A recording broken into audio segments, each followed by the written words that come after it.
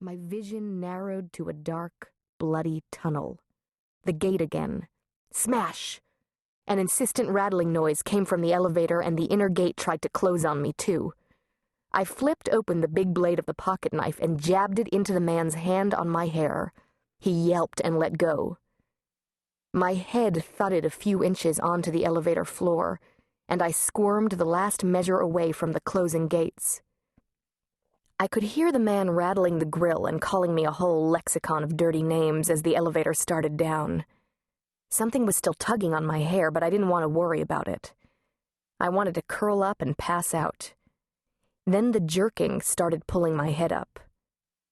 My long hair was stuck in the gates and rising as the elevator sank toward the ground floor. The thought of being hung by my hair upset me enough to move again. My vision had squeezed down to a distant point of dim light, floating on a dark red sea. My grip was weak, but I began sawing at my trapped ponytail. I wished I had sent the knife out to be sharpened when I'd had the scissors done. I pushed myself to stand against the wall, hacking away, long strands of brown hair falling past my face as the car dropped. I was up on my toes when the last hank split. Heaving, nauseated and dizzy, I crumpled onto the elevator floor and sprawled through the opening gate. After that, things got disjointed. People yelling, someone's shoes, aching in my chest and arms, someone flicking something against my eyelids, a man with an accent, a throbbing in my head like a kid kicking a merry-go-round into motion. I think I threw up.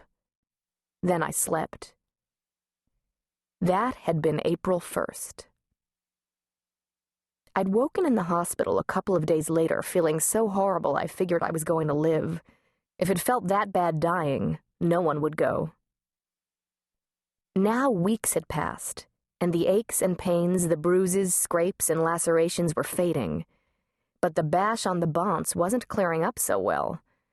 The bouts of weirdness after I'd left, some minor problems with my senses still a bit out of whack, some not so minor, had brought me back to the hospital. Dr. Skelliher was a stranger to me, the only doctor on urgent care duty when I'd come in. He looked barely 30 and in need of coffee. His hair was short and spiky from a lack of style rather than an excess, and the dark bags under his eyes could have passed for fanny packs. His clothes under his white coat were environmentally correct. A narrow leather thong peeked over the back of his collar and disappeared below the placket buttons of his raw cotton shirt. The incidents ran past my mind's eye like fast-spinning film as I told the doctor about them. Sometimes things just looked misty and impressionistic, like the reflection in a steamed-up bathroom mirror. At the hospital, I couldn't always tell when people were really in the room. They seemed to float in and out, changing shape and detail. My hearing was just as unpredictable, all buzzings, mutterings, water gurgles, and cotton wool.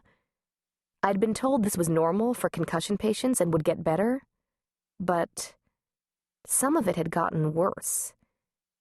And sinking through the hospital bed had been unsettling. I wasn't supposed to get out of bed without a doctor or nurse around. Call me a bad patient, I didn't like peeing in the cup, so I decided to use the toilet like a human. That part of the job hadn't been so bad, though it was no waltz with Fred Astaire. Getting back to the bed was harder. Coming out of the bathroom, I'd started feeling sick. The lighting in the room had dimmed a bit, and the bed seemed much farther away, deep in the steamed mirror effect. I struggled toward it, chilled and sweaty, feeling sicker by the minute, picking up a whiff of something like autopsies and crime scenes. I plunged through the cold steam as my vision went gray, then smoky, heading for charcoal. The bed was a vague and shimmery pastel block. I reached it with a shin first, grabbed a steel rail, and dragged myself into it. For a moment, I just lay like a stunned fish on the cold, soggy mattress, panting. Then the bed shifted, and I fell through. The lights had brightened, and the room snapped back into focus as I fell.